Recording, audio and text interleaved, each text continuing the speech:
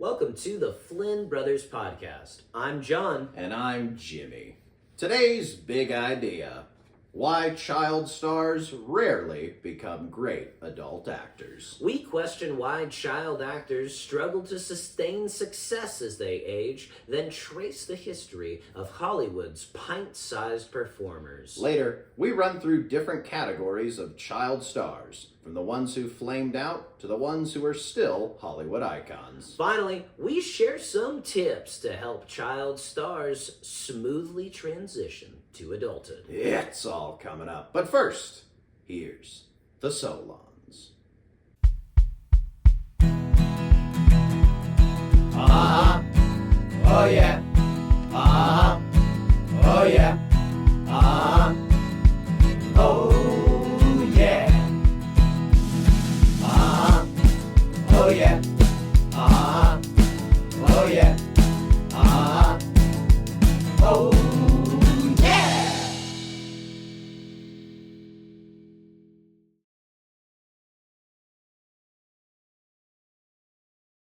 Well, buddy, the other day we were doing one of our favorite activities. Do you remember what we were doing?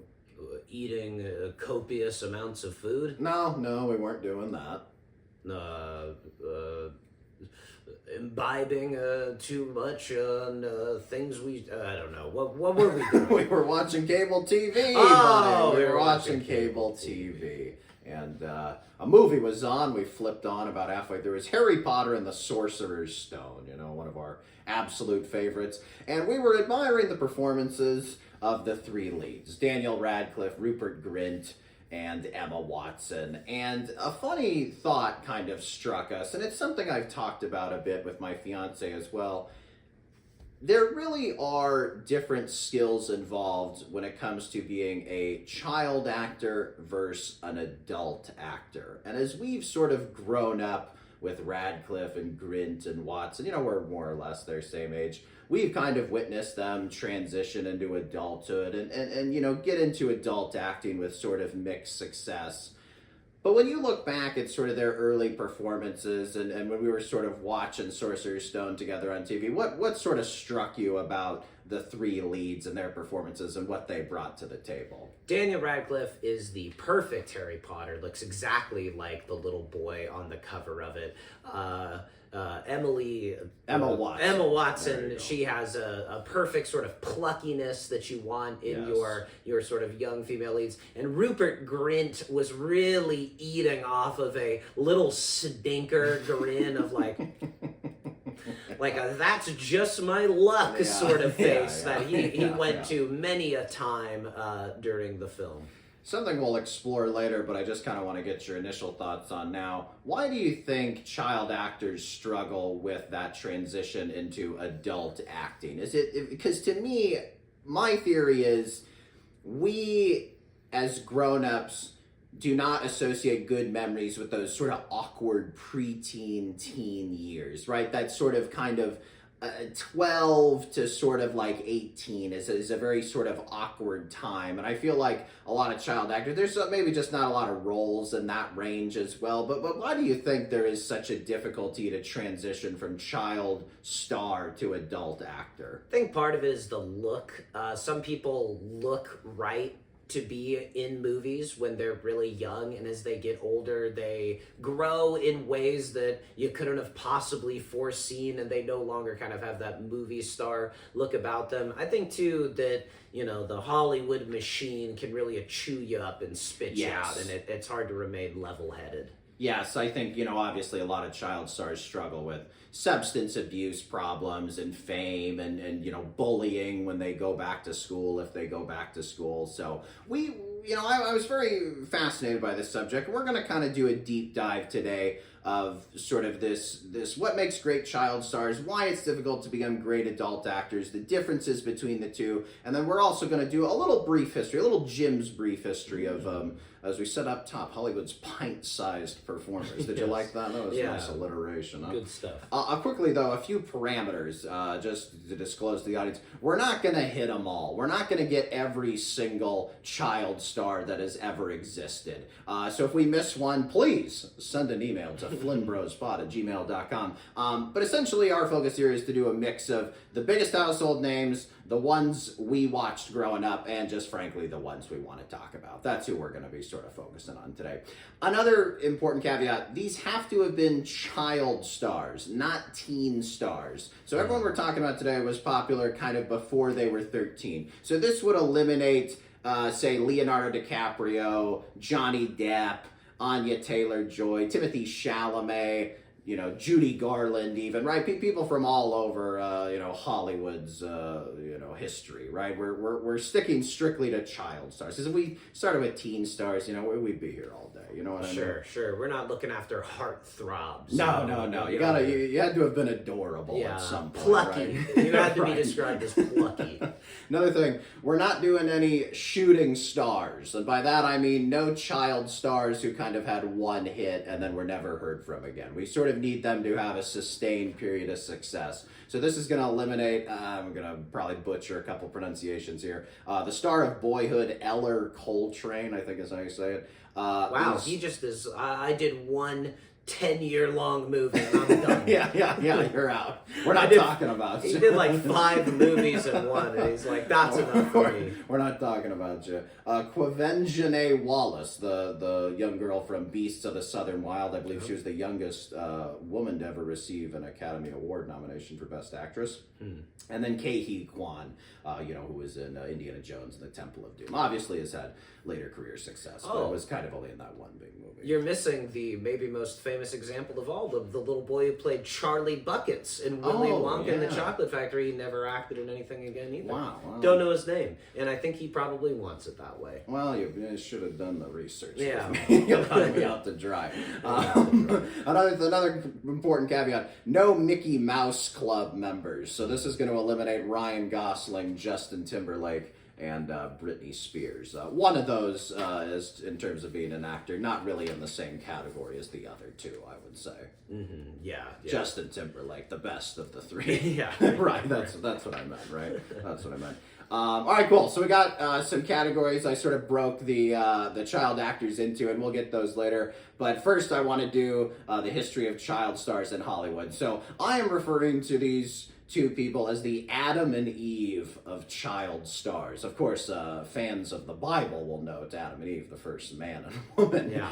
Not to say that the female child star was born out of the boy child star's rib. Right. But you get the picture. Nor did they father all of the subsequent child stars.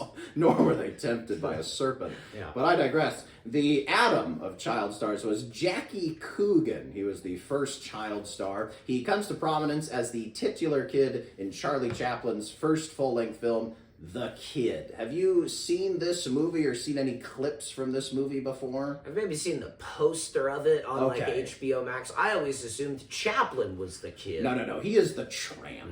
And I saw this film, I believe, in a film class, and it's very, very good. Jackie Coogan plays an orphan who is adopted by Charlie Chaplin's tramp character. Not exactly your traditional father. Hitler, mustache, bowler hat. This must have been why they put in all of those restrictions and regulations on adopting kids. It is a very heartfelt and emotional film. There is this wonderful scene I'll rewatch on YouTube periodically where the authorities are taking the boy from the tramp for whatever reason, even though he's raising him okay. Granted, he's raising him as kind of a street urchin, but that's all the tramp knows, Right. And there's this wonderful chase scene where they take the kid away and Chaplin's running across rooftops and down buildings and finally reunites with this kid, and it's this very heartfelt moment. And Jackie Coogan, it's not like he's Haley Joel Osment where he's doing very nuanced, deep acting. It's a lot of like crying and calling out for the Chaplin character, but it is very emotionally striking.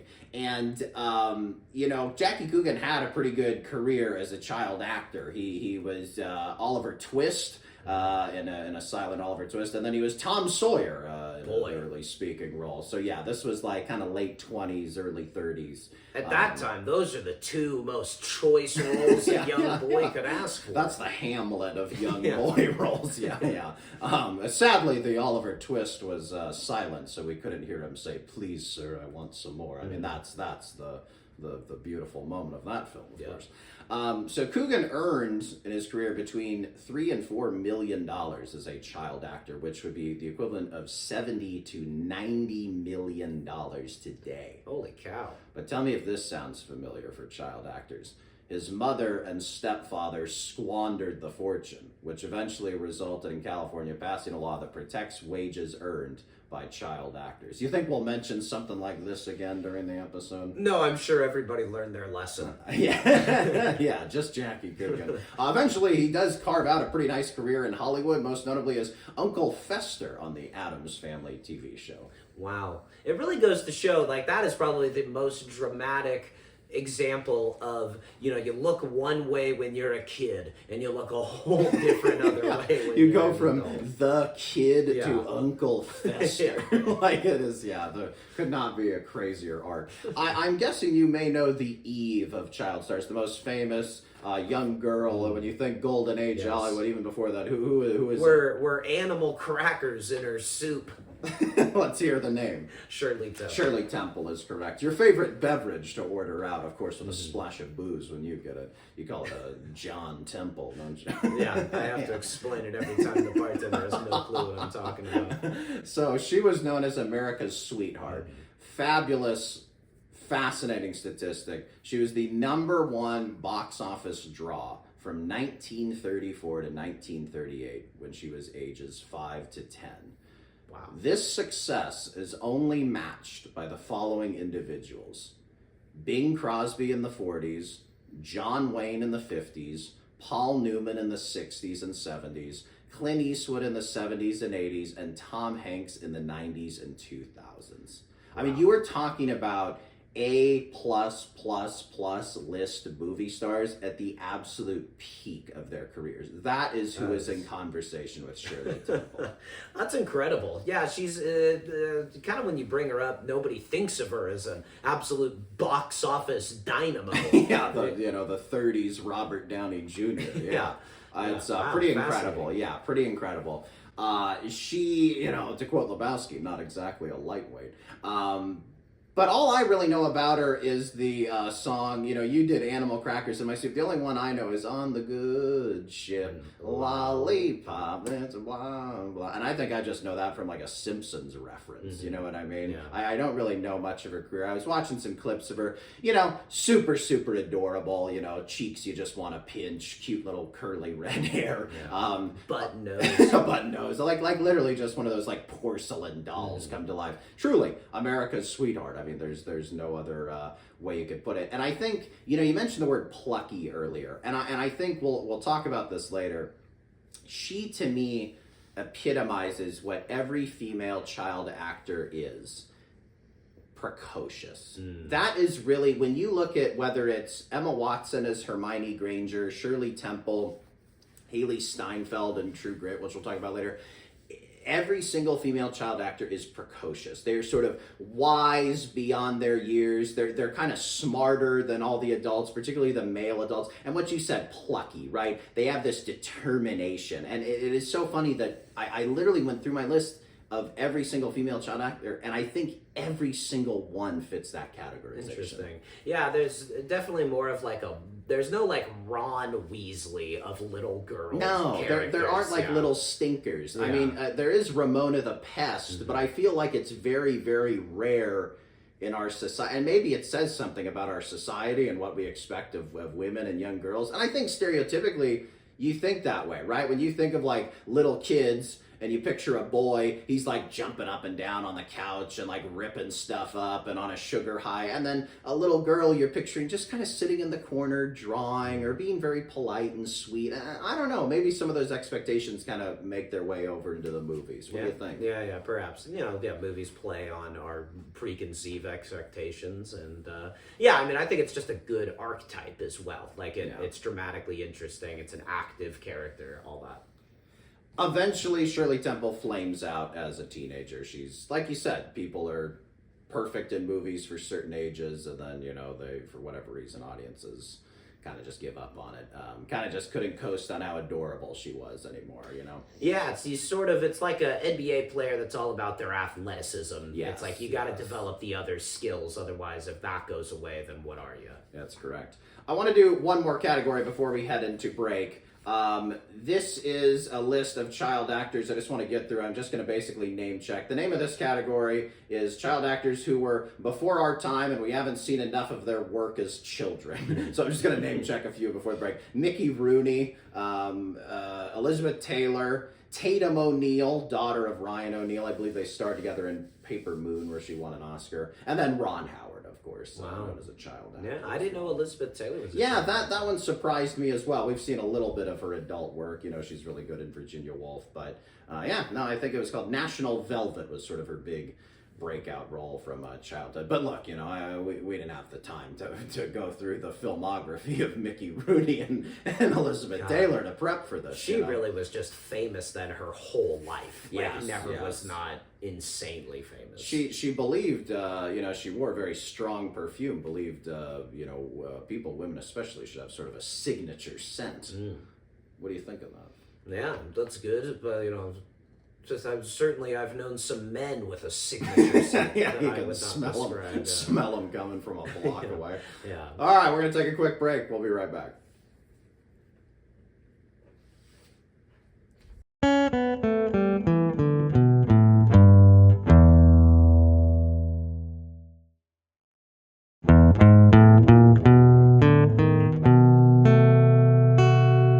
Okay, next category. Child stars who didn't make the leap to adult actor. First up, we have Amanda Bynes, who I would deem the Lucille Ball of child stars. Just prodigiously funny on the Amanda Show, all that. What do you kind of remember about young Amanda Bynes? Effortlessly funny. I loved seeing her on TV. I mean, for a young kid, the Amanda Show and all that were like appointment viewing.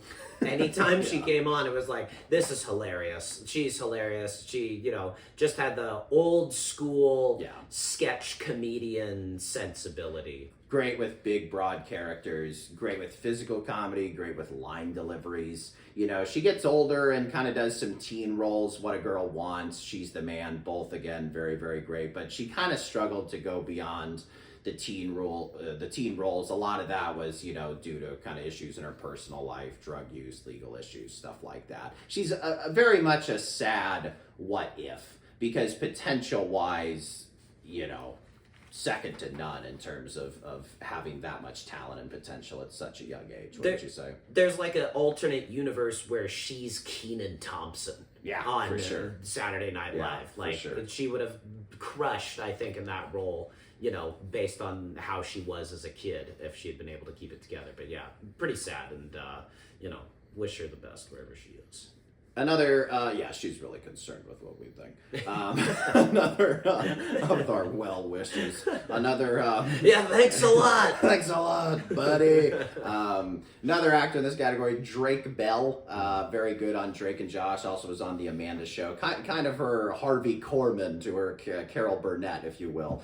He was always a very cool child actor. This is something we'll kind of touch on later with sort of archetypes of child actors. But having long hair, that kind of Bieber haircut in the 2000s, that meant you were a cool child actor. And I feel like as he aged, he just kind of couldn't shake the child image. And could have been also he just didn't have a lot of range beyond sort of those childhood performances. That, and he's at the risk of sounding weird, like he's a good-looking teen, but he didn't necessarily transition into being a handsome man, like a movie star handsome man. And it's the other thing too is you're on Nickelodeon, you're on a cable TV show. That doesn't mean that you're a movie star. Yeah, no, that's true. Yeah. That's true.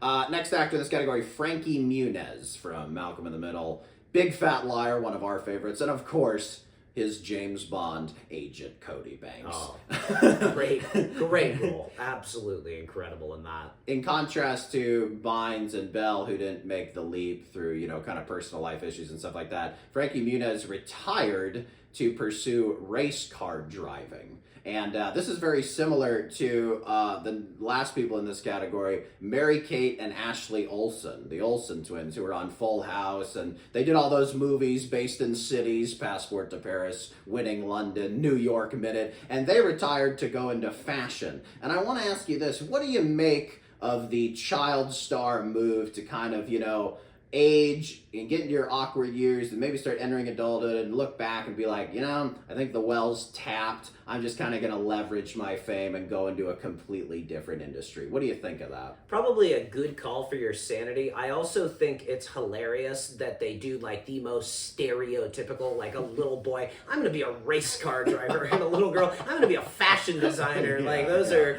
you couldn't have hit the nail more on the head. But it's like if you're a kid and you've got all sorts of money and you've got the name recognition, you could totally do that. I do think more with Mary-Kate and Ashley, I think they were really just like adorable on Full House. Frankie Muniz, though, had like a borderline movie star charisma, like in Liar and Agent Cody Banks. Like it's not, every kid who seems that self-possessed and that confident. I mean, you're also the narrator of your own sitcom that's named after your character. Is that's not a common thing that you find. So he's definitely one of the more interesting ones where it's like, what if he had stuck around? But again, I would see him. He ages a little odd too, right? Because it's like part of this is you have to age interestingly. If you age and just look like like him and Drake Bell kind of still have baby faces a little bit, or maybe it's just that's the weird thing about them aging, or is it just our fault for associating them with their younger performances? Yeah, well, you have the face that you have,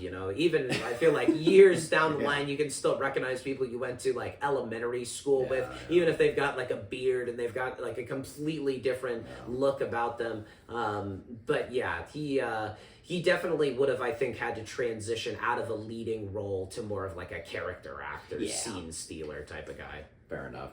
Next category, we have solid child stars, solid adult actors. So they may not have been as white hot, brilliantly talented as the last category, but these people aged well in Hollywood and sort of are still working actors. They sort of, to me, are like journeyman NBA players, where you have sort of that 10, 15-year career, a few different teams, maybe you win a championship or two, but you're well respected, right? These are solid Hollywood citizens. There's not some huge gap between their childhood career and their adult career. They're just solid all the way through. Good, yeah. First up, we have Jason Bateman. He was on Little House on the Prairie, The Hogan Family. I went back and watched some clips of a young Jason Bateman. A bit of pluckiness, a bit of coolness. And then, of course, as he grows up, he hits with Arrested Development and sort of sheds this childhood image. And now, he pretty much exclusively is like a dramatic actor / director, which I think is a very interesting career pivot. We'll see that with some other child actors where it's like, it makes sense. If you grow up on sets, you may as well get into production, right? Right. You know it inside and out. You've seen a million different productions. You know what works and what doesn't. And yeah, Bateman, I think, is such an interesting figure because of how much it seemed like he was going to have a huge career. Like he's one of those guys where it's like, Arrested Development. If only that had gone on, maybe he would have been Seinfeld. Maybe he would have been Steve Carell, like that level of famous person who held down a sitcom. But, when it came back, Arrested Development didn't quite have the magic that it once did. He's had some solid movie roles. There's sort of a feeling to me that maybe, yes, Arrested Development was probably the perfect role for him, but you almost thought that you could have built something even better around him. So it could have been some great movie where he was the star of it. Maybe it's the feeling of, because you and I didn't love Ozark, and that maybe is what some people would view as kind of his second big project. Maybe you and I were sort of yearning for that one more kind of back nine of his career, Jason Bateman project. Yeah. Fellow podcaster, it's worth mentioning, Smart Less. Smart Less. Another one, we have Keke Palmer, child actor in Akeelah and the Bee. I've caught that on cable, pretty good. She was on some Nickelodeon shows as well. I believe one of them was True Jackson VP or VIP or something like that. And then she grew up, was in Hustlers, Nope, and then One of Them Days. One of Them Days was not one of my favorite movies, but I thought she was very good in it. And she just is very winsome. She almost brings this childlike energy to her adult roles, and yet she seems so mature in her child roles. And I think that kind of distinction has helped her have a nice, long, fruitful career. Yeah, I worked with her as a teleprompter guy on an American Express commercial, and she was just like beyond professional. Yeah. Like, just, you could tell it was totally in her blood. She knew her lines cold. She was taking directions super well. She would do every little like pose and wink and jazz up the copy to make it really work. It would be the type of person who it's like, I can see why you would want to work with this person. Yeah. Very charming. Hosts Password with Jimmy Fallon. You know? Right. Very charming. Kind of honestly her perfect role, because I think she's a good actor, but I think more it's just like the personality that she gives off is, as you said, quite winsome and charming. Miranda Cosgrove, another one. Great child career on Drake and Josh, iCarly, School of Rock, just some stone cold hits. She does voices in the Despicable Me franchise these days and is in a lot of rom-coms. Just solid Hollywood citizen.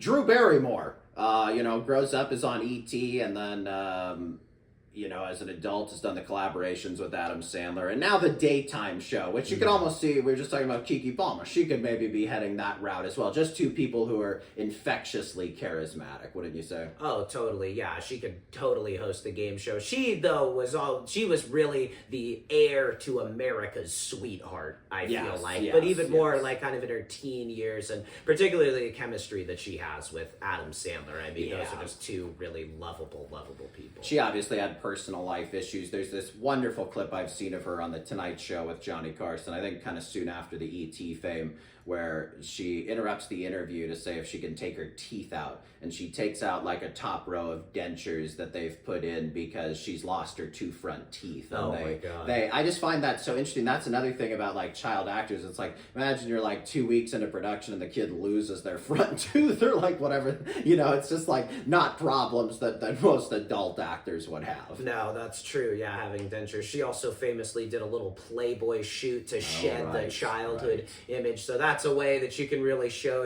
I'm not a little girl anymore. Right. Surefire way to do it. Another solid child actor, solid grown-up actor, Joseph Gordon-Levitt. We loved him growing up in Angels in the Outfield. Oh, yeah. And he was on Third Rock from the Sun. Grows up, does 500 Days of Summer, Inception, and one of our favorites, 50-50. Very underrated, very good film. The aforementioned Daniel Radcliffe, I believe, belongs in this category. Grows up with Harry Potter and then goes into a lot of theater and like kind of Broadway, which I think is a very interesting pivot, like to go from the massive studio film into then theater. He's done some independent films. He's done some villain roles. Swiss Army Man, The Lost City, a few of his big roles. Do you think he belongs in the solid child actor, solid adult actor category? You would even maybe say great child actor, solid adult actor. He, to me, I think is another one where I'm almost waiting for him to get another kind of bigger hit. I feel like he does have a good look. Like, he aged into a very interesting face. He's got a very, sleek jawbone and like some of the sort of things, those blue eyes as well. Like, he just kind of has some of the things that you expect of a very cool actor to have. So, I think there could maybe be a little bit more in the future for him. And then Joseph Gordon-Levitt, one of the things that I think is interesting about him is, solid child actor, solid, like, young adult actor, but he's sort of kind of disappeared a little bit lately. Yeah, another guy who's aged and still has that baby face. Mm-hmm. But Daniel Radcliffe, I agree. Kind of another hit would be nice to have on the horizon. I guarantee you, if you hopped into a time machine and told a young Daniel Radcliffe in 25 years there will be 1 million ads about you being in an NBC sitcom with Tracy Morgan called The Fall and Rise of Reggie Dinkins, he would have no clue what you're talking about. That is such a good point, because he's been like a network sitcom guy, like with then there's that. It's like an IFC show or TBS. So I don't know. Interesting. Another one, Dakota Fanning, as a child was in I Am Sam, War of the Worlds, Charlotte's Web, just rock solid, grew up with Dakota Fanning. Now, she was in The Perfect Couple recently, and then she's kind of okay in Once Upon a Time in Hollywood, one of our favorite movies. I don't know that, I feel like she struggles a bit to still kind of shed the child actor image. She's solid, but again, someone where you would look to see some more interesting roles and kind of tap into that potential. A tough character she's playing in Once Upon a Time in Hollywood. Yeah. Not exactly very likable, but could help shed maybe some of that child star type stuff. Miss Josh Allen, Haley Steinfeld. She is unbelievable in True Grit. One of my favorite child actor performances. Wouldn't you say? I think it's a borderline miracle any child was able to deliver period piece Coen Brothers dialogue as well as she does in this movie. As Jeff Bridges is kind of Yeah. garbling through. Last time we watched the movie, we did it with subtitles. We couldn't understand what the hell he was saying. No, exactly. I think she probably gives the best performance in that movie. The movie, Yeah. Bridges is pretty good. He's good. Yeah. At least with her, you don't need the subtitles. Yeah. I saw a good movie she's in as a teen, Edge of 17. I remember being a very good movie. And then, of course, as an adult, she was recently in Sinners, where, a bit hit or miss, but gosh, a damn near impossible performance and sort of line she had to tiptoe across, wasn't it? That's really her wheelhouse. Impossible roles. Yeah, True Grit, Sinners. It's like, there's an impossible role only one lady can play. Christina Ricci, another actress in this category, grows up as the original, the OG Wednesday Addams in the Addams Family. She was in Casper, the Friendly Ghost. And she's grown up and done some good work. I've seen her recently playing Misty on Yellow Jackets, and she's very, very good. One of the best parts of that show. Another one, Kirsten Dunst. I believe Kirsten Dunst. Just kind of right? split the difference, I feel. Kirsten Dunst. Grows up as in Interview with the Vampire and one of our VHS classics, Jumanji. Oh, yeah. I remember there was a girl, I think, who went to our elementary school or one of our summer programs, and I was just convinced she played the girl in Jumanji. And then I grew up and I was like, oh, it's this lady named Kirsten Dunst. I thought that was the girl I went to school with played it. And kept lying to me about not playing it. I think that's actually an important thing that you bring up. I think that for child actors, you're supposed to seem like somebody you went to school with. Like, that is the feel that you should give off, whereas, movie stars, it's more like, that's a one-of-one type of person. Yes. Or I knew him a little in high school. Yeah. I never really talked to him or her, right? Too cool. Kirsten Dunst grows up, wonderful in the Spider-Man trilogy. A lot of collaborations with Sofia Coppola, Marie Antoinette, etc. And then she was in Power of the Dog. And recently, Civil War. We really liked her in Civil War. She was good. That, yeah, very gritty adult sort of role. No fluff, though. It's incredible to go from being Mary Jane in the love interest in a superhero movie to war-weary photographer. Yeah. Last actor in this category, little controversial, but I think if you base it on the acting merits, it's true. Shia LaBeouf. Oh, yeah. As a child, he's in Holes, he's in Even Steven, which Even Steven takes place in what city? Sacramento, California. Sacramento, baby. He grows up, he's in Transformers, where he's wonderful in that first one. An okay Indiana Jones movie, kind of underrated when it first came out, kind of panned when it first came out, and I guess a little underrated, and then now I would say people like it a little too much, and it's overrated. It's okay. Yeah. It's okay. It's fine. He plays Mutt Williams. Yeah, and, that was, I think, they bit off a little too much chip on their dip there, trying to put Shia too much dip on the chip. Dip on the chip, there it is. Trying to put Shia in the Harrison Ford role. I'd say even since then, it's just been kind of dicey, his career, right? I mean, he's okay in Megalopolis. He's okay here and there in some movies, but I don't know. He just has a lot of personal life issues. He's had a very difficult life. You have to wonder, has he got anything left? Can you see him having a comeback or sort of, being taken seriously as an actor and being in more mainstream movies than these sort of indie movies that just kind of, marginally will cast them? I think it's hard considering the way that he sort of is now. And, I know he's been through a lot, but he's kind of the anti-Kiki Palmer, where it's seems like it's a lot to deal with on a day-to-day basis, even if the talent is still there. It's just a lot of abusive behavior. It's a little like he's a little white Kanye West a bit, you know what I mean? Where not quite to the same extent, but where it's just I don't know what you're going to say next, and you're Yeah. completely unpredictable. And I Yeah. think predictability is one of the more, not in terms of what you look like on camera or how you perform, but in terms of you're going to be at set every day at, 6 a.m. Yeah, and yeah. you're in the makeup chair and you know your lines. Like, if you can't kind of check those boxes, it's hard to keep working. Well, that's what's great about us, buddy. We're predictable guys. We work like clockwork. And speaking of which, it's time to take a break. We'll be right back.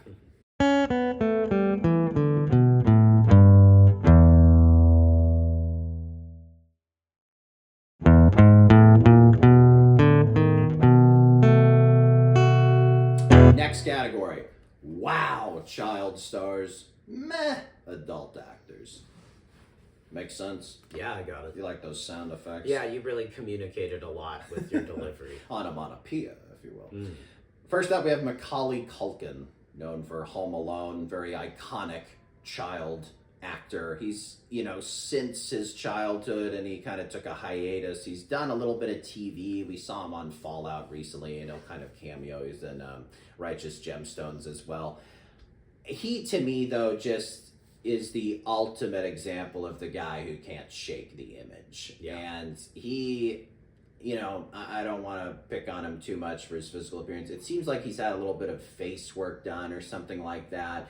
He is still a little baby face, but I just don't know that he has the skills to be an adult actor. He just seems, it seems like you can just kind of feel he's memorized the lines and he's shown up to set and he's had his coffee and it's a third take. You can just kind of feel the process and the struggle. It doesn't feel easy. It doesn't feel effortless. It's like when you go to an open mic night and some comics will just kill it and make you feel free from concern and you let your troubles away, and then others you feel like anxious for vicariously. And when he's up there, I really want to like him, but I just feel like I don't know. He's floundering a bit. Am I crazy? I think you want him to be good so badly because he was good as a kid. Yes. That you're almost putting too much pressure on him. Yeah. The Kings have always brought in shooters that it's like, all right, this guy can really shoot. But then every time he goes to take a three-pointer, the fate of the world is hanging on it, and it's just kind of too much. And I think, too, the contrast... Sorry, really quick. When you said the Kings, I thought you meant like the Kings of old. You mean our beloved Sacramento the Kings. Sacramento. Oh, thank God. Yeah. Good. And then I think, too, with him, it's when he was a kid, it felt so effortless and easy that you're just like, why isn't it the same as an adult? And I think as well, it's like he's a guy who he has aged, in a way where I think it's sort of like we talked about with the comedy stars, when if for instance, Will Ferrell, when he was a man-child, and then you see him when he's older, you are confronted with the grim reality of time's passage, and that's not something that you really want to think about while you're watching a film. No, you think about it every time you look in the mirror. It's like, not when I'm watching the movie. Yeah. Please, maybe if I pause it, it's a black screen, I catch my reflection, then I understand it. Right. But not when I'm watching it. He's also got his same face. Like, it's just his face is his face. A Although it little- is funny because it's a little like, different, isn't it? when he was a kid, you would say like him and Ryan Gosling almost looked identical, Yeah, right? that's And then true, it's yeah. like That's true. they've gone a bit of different ways. Although clearly he's got a little something because he's had Mila Kunis as his bride And Brenda Song yeah. was, well, they weren't married, he and Mila Kunis, All right, I don't well, believe. But even still, partner, partner I guess. as you will. Very Los Angeles of us. Next actor in this category, Haley Joel Osment. What I would put forth is just some of the greatest child acting I've ever seen is The Sixth Sense and AI, artificial intelligence. I mean, those are two staggering performances. They are totally nuanced. They are very depthful. You really are just kind of blown away by the level of choices he is making as an artist, and it's so prodigious because he's so young. Is he the best child actor you've ever seen? Undoubtedly. I think that child actors, typically you want to read everything on their face, and it's just obvious what they're feeling, what they're thinking. Oh, they're surprised. Oh, they're having a good time. Oh, they're sad. Whereas like Haley Joel Osment, you're staring at him, it's like, what is he thinking? Like he's serving you a cocktail, a curry of emotion, and there's a lot to look in that you typically don't see unless it's an adult actor who's really skilled at their craft. And the characters he plays in both of those films, it's a ghost and AI. Right? Isn't he?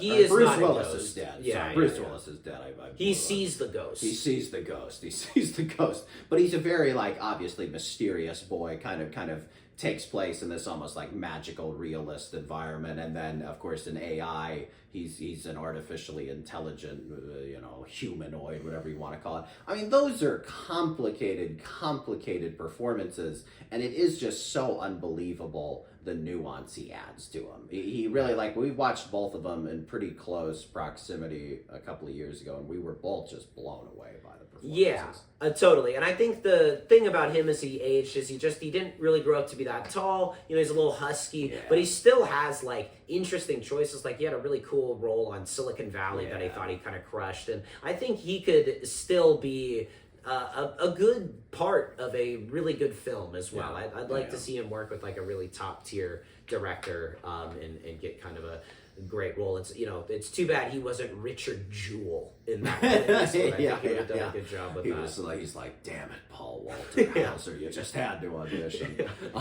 Another child star, adult actor is Lindsay Lohan, iconic as it gets as a child actor. Parent Trap, Mean Girls, Freaky Friday, of course, we all know about the alcohol, the drugs, the legal issues, blah, blah, blah. But she now has sort of established herself as kind of this Hallmark adjacent, I think she's in sort of these Netflix rom-coms, right? These sort of, based on the Hallmark tradition of these kind of seasonal rom-coms. That, I wonder, is this sort of going to be her future as an adult actress? Because again, in that liminal space between childhood and adulthood, she did some independent work. I think she did some horror. Still was obviously dealing with issues in her personal life. But now I wonder, she's a mom, she lives in Dubai. I wonder if she just flies out 2 months a year, does the rom-com, flies back, and that can just kind of be her hey, once a year I'm coming out with a rom-com.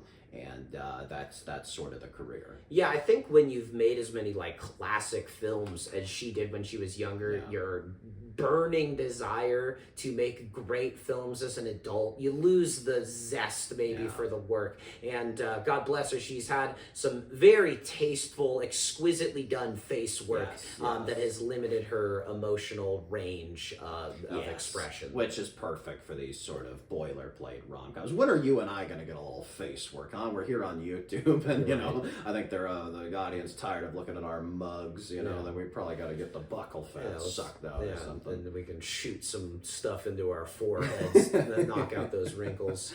Next actor in this category, I have both Emma Watson and Rupert Grint in this category. Now, we had Daniel Radcliffe in the solid child actor. You even said great child actor, solid adult actor category. I have these two in sort of the whoa child actor. Oh, no, I didn't say whoa. Wow child actor category. Meh adult actor category. Do you think they both fit in there? Do you think Emma Watson has done enough? Rupert Grint certainly has not had much of an adult career. Emma Watson, has done Little Women, Beauty and the Beast. She's had Bling Ring. She's had more adult roles, but I do wonder if, I don't know, what do you think of her as an adult actor? I think she also is someone who grew a little weary of the industry and as a result doesn't have maybe the same zest for it. I think she has a good look. She's probably one of the best, where how she started looking as a child actor, it translated quite well to how she looks as an adult. I think as a child actor, she was great, particularly in the early Harry Potter movies. Her level of precociousness is, off the charts. I would push back on the Rupert Grint being maybe a wow child actor. He feels like a child actor. That smirk. Well, the smirk is money. That is 100% take it to the bank. But the rest of it, I think, is lacking perhaps in some complexity and depth. You think sort of meh.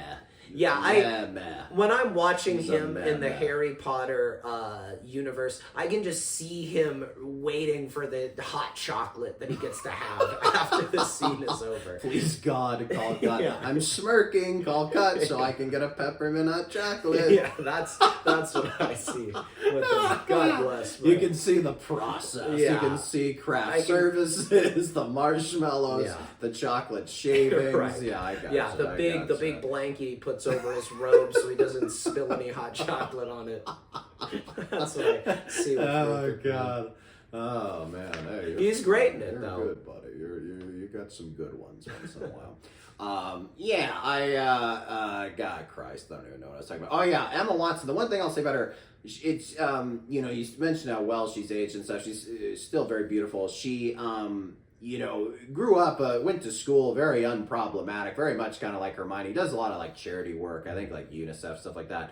It just seems like she really has no interest in acting. So I don't think it's her aspiration to be a good adult actor. So I don't feel like it's any really major criticism. I just, again, when you have the Stone Cold classics, you know, before you're, you know, done being a teenager, then, you know, what is there left? Yeah, and you've been in the public eye during your most, I mean, there's so many just, I can't even imagine the amount of vile things that were said about her as she was growing up. And I think, you know, once you've gotten your fill of that, and, you know, maybe she really liked it and really wanted to be that sort of star when you're a kid, but you just have zero clue what you're signing up for when you're entering the Harry Potter universe. I don't think anyone would take it back, but at the same time, it wasn't all, you know, it wasn't all hot chocolates. No, I was going to say, I wouldn't mind a hot chocolate now that you brought it up. Next actor in this category, Hilary Duff. Well, wow, child star. Lizzie McGuire, Frankie Muniz's femme fatale and Agent Cody Banks. No, not his femme fatale, just sort of his partner. Mm-hmm. And then Cheaper by the Dozen.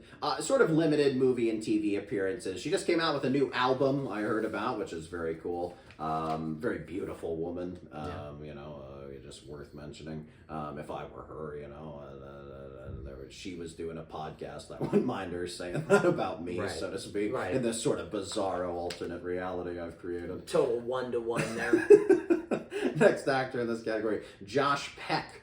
You know, we mentioned Drake Bell earlier. Josh Peck was the Josh in Drake and Josh. He was also in Max Keeble's Big Move, where he played Robe.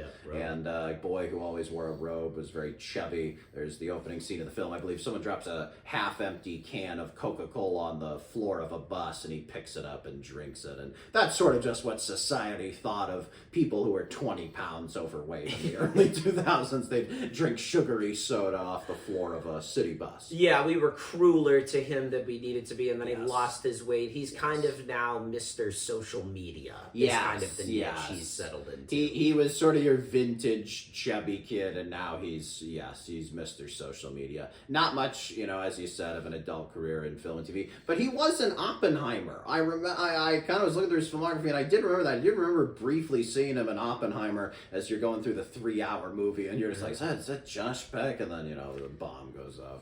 I like that for him. I like him being not necessarily in cameo roles, but just being like, holy cow, Josh Peck. Good for you, buddy. He was great. I gotta say, he was probably one of the funniest, young boy actors that. Chubby is funny. That's just comedy. That's as old as comedy.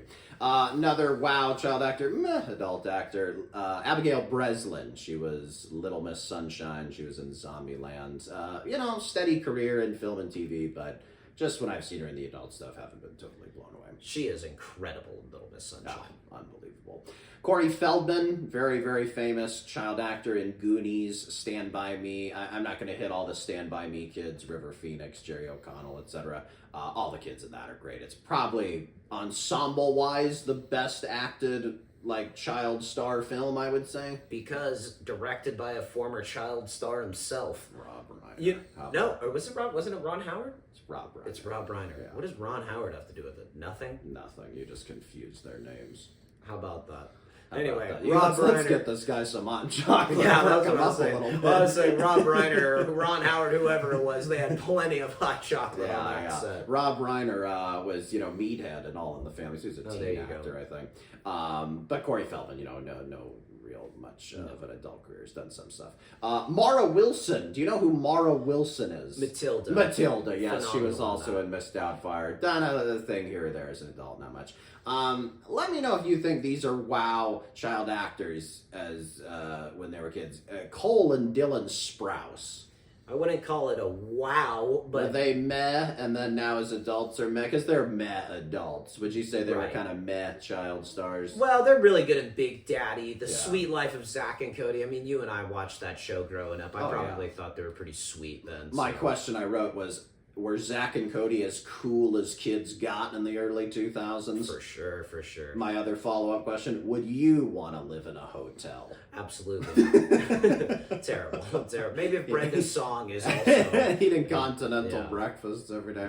Well, actually, maybe, now that I think about it... Depends on the hotel. Yeah. Depends on the hotel. They lived in a nice hotel. Yeah, they had a jacuzzi. sweet. They had a sweet life. You're in the jacuzzi Yeah, every man, day. yeah. Every day, right? Well, now the thing about living at the hotel is if you were in the jacuzzi and someone else was down there, you'd kind of be like, "What are these people doing in my jacuzzi?" Yeah. You have to keep remembering. Oh God, I live in a hotel. I live with 1,000 roommates. Yeah, that's right. That's a good right. point. Last actor in this category, Fred Savage, famous from The Wonder Years and Princess Bride. He's produced and directed a lot as an adult. He's done some adult acting. He's the mole guy in Austin Powers Goldmember. Remember, he's got the mole. Right. Guacamole. Yeah. He though has gone this good route with producing and directing. He shot a lot of Always Sunny, like prime Always Sunny in Philadelphia. Remember, perhaps rewatching those episodes millions of times, seeing his names in the Yes. credits there. Produced and directed a lot of those. So I pretty do cool. know. All right, I'm going to move to our penultimate category. This is titled "A Star is a Star is a Star." These are great child actors and great adult actors. I initially had another category was meh child actors, meh adult actors, meh child actors, wow adult actors, but I couldn't quite populate it as well. So I did these a little bit broader categories, just a little behind the scenes for you and the fans. Sure. But let's get back to our "A Star is a Star is a Star." Number one on the list, Jodie Foster. The two I would put forth, she's a child prostitute and taxi driver, and she's Clarice in Silence of the Lambs. I mean, those could have been the only two movies she ever made, and she'd be great. Give me a little Jodie Foster impression, if you wouldn't mind. Dr. Lecter. Great. Great. Do Jodie Foster hearing that we complimented her on the Flynn Brothers podcast. What's that? I don't know what that is. Oh, Jodie. No, Jodie. You're supposed to know what it is. Oh, that's too bad. Another actor in this category, Natalie Portman. She's in Leon the Professional, and her other big hit as an adult, you could name a million, but Black Swan. Again, like Jodie, if she only made those two movies, she'd be a hell of a star. Lives local in our neck of Los Angeles. I've seen her walking around before. I'll say she's a little meh in Heat. I would say she's Yes, a fair. cuttable part of that movie. Yes, but, I think it's not her fault so much as she's just saddled with a rough kind of subplot. True. Christian Bale. He hits as a child star with Steven Spielberg's Empire of the Sun when he was age 13, and now I would say he's one of the greatest living film actors. Yeah, totally. What's weird is he's so great and everything, but I just feel like I haven't enjoyed one of his movies in like 5 to 7 years. I feel like he hasn't really picked great projects Like recently. Pale Blue Eye, The Bride. Like I've kind of watched like parts of these movies that have come on, and I just I need a stone cold Bale hit. Yeah, I mean, once you're Batman, it's hard to top as cool of a character. But the as acting, I Batman. mean, he's great in The Fighter. He's great in so many different movies. He's great with David O. Russell and stuff. I don't know. I just I need another stone cold Bale hit. What can I say? Absolutely. Another star is a star is a star is Scarlett Johansson. She has early childhood roles in the 90s, including some collaborations with Robert Redford and Ron Howard. Excuse me, Rob Reiner. I pulled a John there. And now, of course, she's Hollywood royalty. How about those four names? All childhood stars and now just massively, massively popular. Hollywood royalty. Probably people who wanted it bad, and still had the real acting bug and didn't really get burned out of, I think part of it too is, one of the things that you could say as a commonality is they were kind of started like films, Yes. as opposed to TV shows, where TV shows make you so much more of a constant presence in people's lives, and the paparazzi snapping photos of you and all that. You're in the teen heartthrob mags. Yeah. Last category.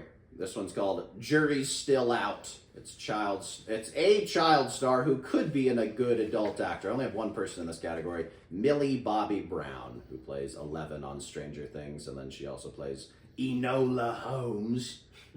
How did we not mention her during our Sherlock Holmes podcast? Because she's Enola. Not Sherlock. Yeah, maybe. I don't think Enola is a canonical I don't figure. think so. Enola Holmes versus who's that young lady detective? What are those series of books? Judy Blume? Or Nancy Drew. Nancy Drew. That's a could have done Enola Holmes versus Nancy Drew. What do you think though about Millie Bobby Brown? She got a shot as an adult actor. People have been really mean to her over the years on social media. Yes. I can't imagine the intense magnifying glass held up to the sun level of scrutiny that she has been under. Yep. I am dubious that she will make a great film as an adult. I wish her the best. I do, similar to you, fear that 11, and so, even as she aged as 11, it was a bit of a struggle.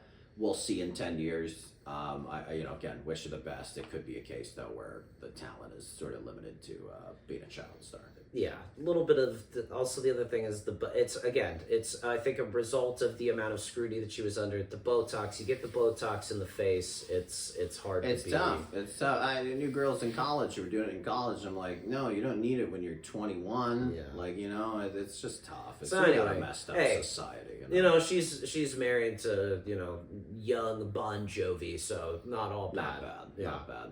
Did I miss any child stars? Were there any that you mentioned Charlie Buckets, and we don't even know the guy's name. Were there any others that I missed that you thought, boy, Jim, what's with the research, buddy? Who was the other Charlie Buckets? Oh, Freddie Highmore? Yeah. I think. Let me triple check his he also name had there, Will. Yeah, he was a big child star. August Rush. That's it. And now he plays the doctor with a disability who can solve things. I forget the name of that. I think it's Norman Bates in the spinoff. Wow. Freddie Highmore, I think. Good one. Yeah, I did forget that. Yeah, no, that's okay. We grew up with him. Yeah, he was a big he's an ultimate that kid was in your class. Yes, type of the boy actor. Well, if you lived in England, I guess. Yeah. Jolly good.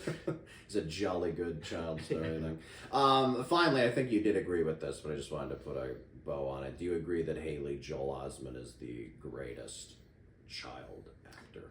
Well, you kind of have to give it to Shirley, almost. She's like the Babe Ruth, maybe. Yeah. Even if... Good God, yeah. You're right. Who else was 4 years at the top of the box office? I mean... She's maybe the Babe Ruth of child actors. If Haley Joel is your, say, Barry Bonds. So you think the greatest child screen acting you've ever seen is On the Good Ship Lollipop? That's what you're telling me. That's what you just told me, right? Well, you gotta, it's the numbers, scoreboard. Right. She's number 3 in the pin strips. Yeah. I got you. Yeah, Exactly. exactly. All right, one final break, then we're going to wrap up.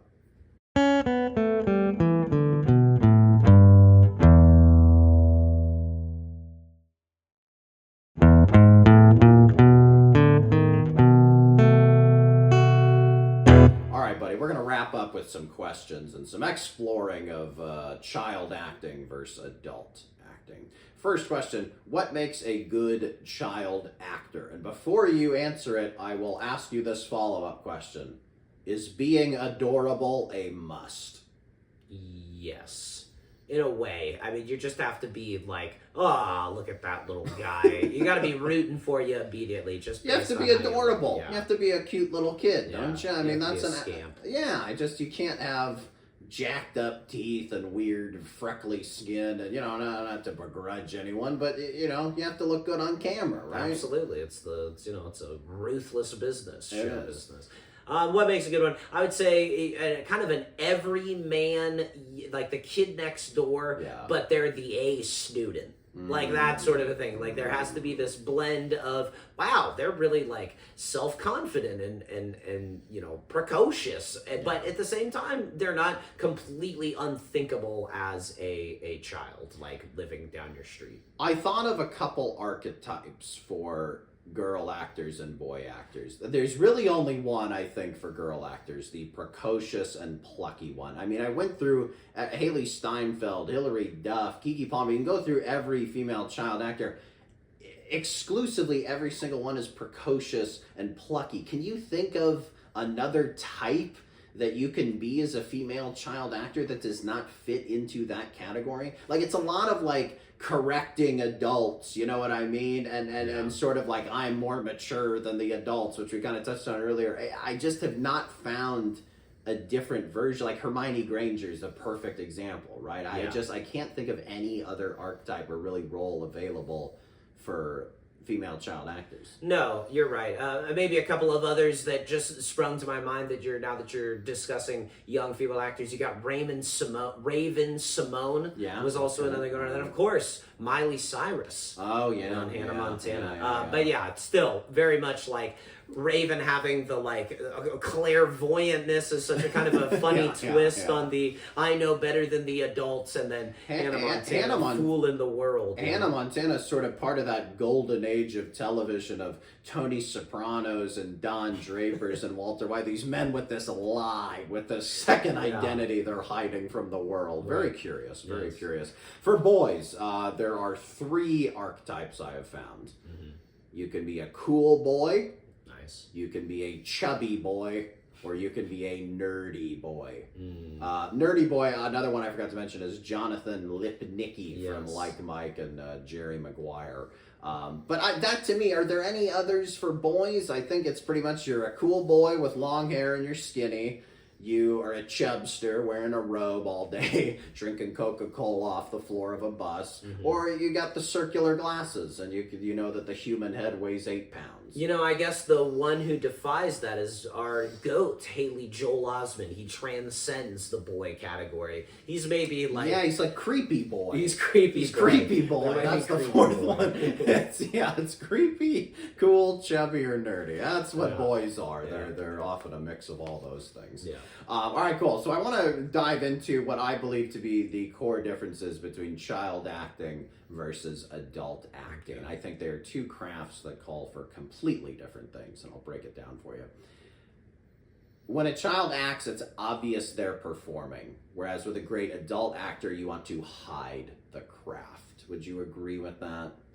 For the most part, yeah, I mean, it's you know, making a child act is not the same thing exactly, but it's on this like kind of spectrum of like almost like a pet or like a trained animal, like having the Aflac duck say Aflac. It's like you kind of don't really know maybe fully what you're doing, but you are parroting what you have been told to do. I hate to burst your bubble. The duck doesn't actually say Aflac. It is edited in, and they do a voiceover. Wow. Surely you knew that. Yes, I did. Oh, okay. No, well, you convinced me with the wonderful adult acting. You completely hid the craft. I think, you know, just to kind of flesh it out a bit, I do think, like, there is sort of a charm to, like, the child is saying the rehearsed line, whereas, like, the greatest adult actors, and we mentioned Christian Bale, he's a great example of this, like, you want to deliver lines as if they're coming off of the top of your head. You don't want it to feel like they've been memorized. Whereas with the child actors, there feels to be this like rigid memorization, and it's just very blocked and rehearsed. Whereas with some of the great adult actors, it feels very spontaneous. It feels almost like it's improvised and just occurring right in front of your eyes. Another thing, child actors, and you touched on this a bit earlier, they deliver lines with 0 subtext. The lines they say, for the most part, are just completely face value. You can tell when they're sad, you can tell when they're happy, you can tell when they're kind of doing puppy dog eyes, stuff like that. Whereas so much of adult acting is delivering lines loaded with subtext, right? Saying to the other actor, I love you, and it's clear from your expression you no longer love this person, right? Stuff like that. I think just as a level of nuance where when you talk about going from a child actor to an adult actor, that's just a very difficult skill. Like that either is innate, trained, or both, right? Yeah.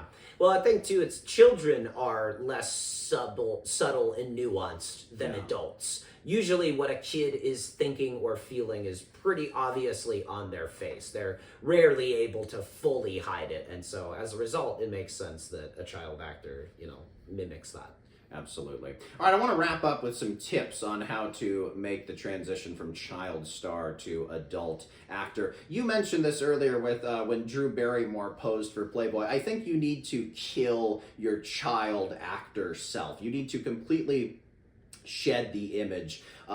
Kieran Shipka, who played Sally Draper on Mad Men, is currently on this HBO show called Industry, where she's this very like party girl in the finance industry. And it's like, you do kind of need these roles that signal to the world, hey, like, I'm a grown-up, I'm no longer Sally Draper, right? And kind of in between, I think she played Sabrina the Teenage Witch, which is like, it's more of an adult role, but again, you're still kind of seen as like a teen actor. So you do need this very like, gosh, you need a good publicist, you need a good agent, manager. It needs to really have a lot of care and attention, because I feel like one or two missteps and you could kind of blow it, you know? Totally, yeah. It's a very delicate thing. You're handling an egg on the edge of a spoon that you got in between your teeth.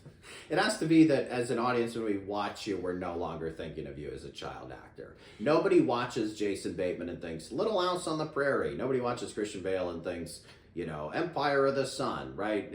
Same thing with Natalie Portman. You're not thinking about Leon the Professional. You have to see them as they are currently. Yeah, you want to think of them as an adult first, and then you watch the movies where they're a child, and you're like, oh my god, yeah, that's right. I completely forgot Jodie Foster is Travis Bickle's obsession. So kill your child self. That's tip one. Tip two, you can party, but don't party hardy. Is that a good one? Yeah, yes, definitely. You should party, enjoy the fame of being a child star. You know, you should grow up as anyone does, right? You shouldn't deprive yourself of you know, pleasures as you get older and stuff. You should experience all the wonderful joys of youth and life. But you don't want to party hardy. And by the way, when you hear the term party hardy, how do you imagine hardy is spelled? Hardy. See, I thought that too, but it also is like hearty, like party, Hearty. I think both work. As hardy, it's like heartily, and hardy is like partying hard, and we just add a Y to make it rhyme. Right, yeah, it's something that like somebody who's drunk would say. Party hardy.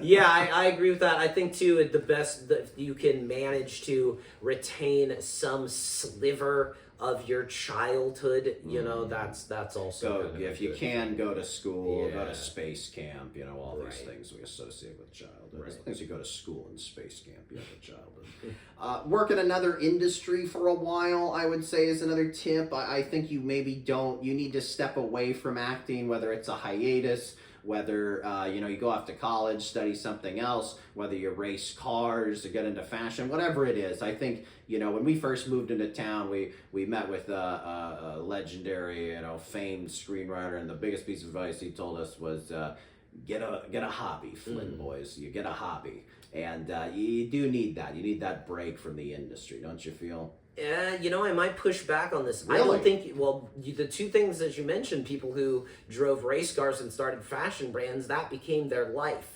I think you want to stay around the industry in a way. You got to have a little touch of heat, you don't want them to completely forget about you, because, you know, things move fast. Oh, fair enough. I guess the way to do this could be another tip. Work in production, and you can kind of squeak back in if you need, right? If you're producing, if you're directing, it's like, hey, you know, I got this project.